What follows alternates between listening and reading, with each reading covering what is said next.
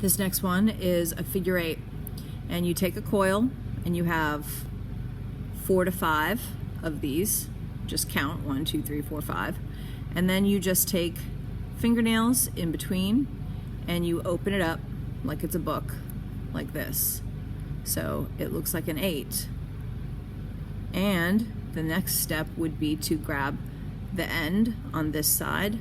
So you just kind of find the end and you twist it open. So it's like that. And then you do the same thing to this one. So you're going to be opening it up. But here's the thing. You want, there we go. You want one side to kind of curl under, and then you want the opposite side to curl over. So that's why I kind of unwound it a little bit more over this way. So you want to make a bunch of them at this point before you cut any more of them off.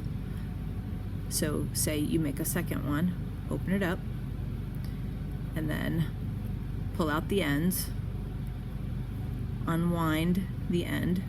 So you've got that, and then you take this one, pull out the opposite end so it swings back around.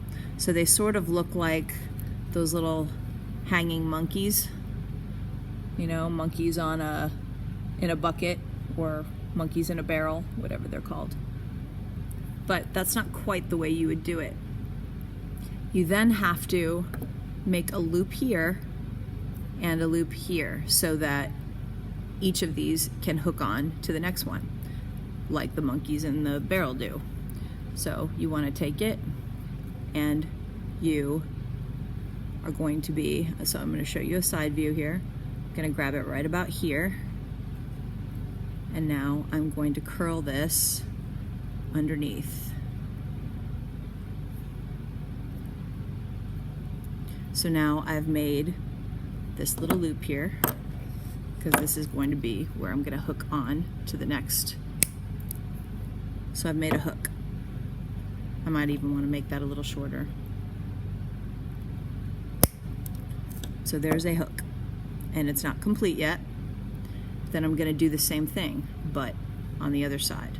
So I'm going to take it, round nose pliers, about the same place, and you can twist the wire to do that.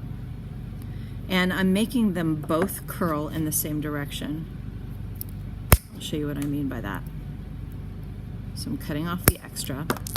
So now I have it curling downward. So it looks like this. So I've got here and here, just like this. Okay, so they're curling in the same direction. So this one is going to hook on to this part of the next link. So it'll hook on like that to the next one. So this part here is then going to wrap around this part. And so I'll do that right now. I'll cut this part off here, and I'll loop this around. So I'm going to straighten it and then make it curl back the same way. So I've curled it backward, and I'm take this one and I'm going to curl this one backward. So they're doing the exact same thing. They're both curling this way. So they both have the curls going opposite ways, and I'm making them go in the same direction. So when you look at them, they are, the lower left is going underneath, the upper right is going above.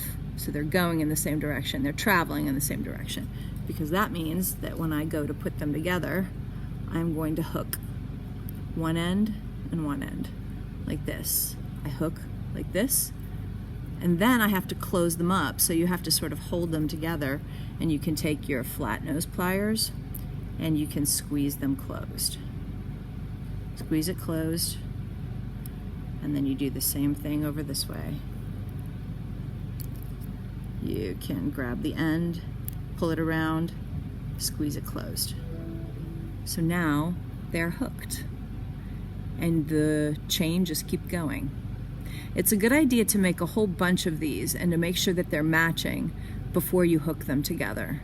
That way you know that everything is going to be matching and everything is going to be nice and even and equal. And you get a nice long continuous line without it kind of going in a zigzag.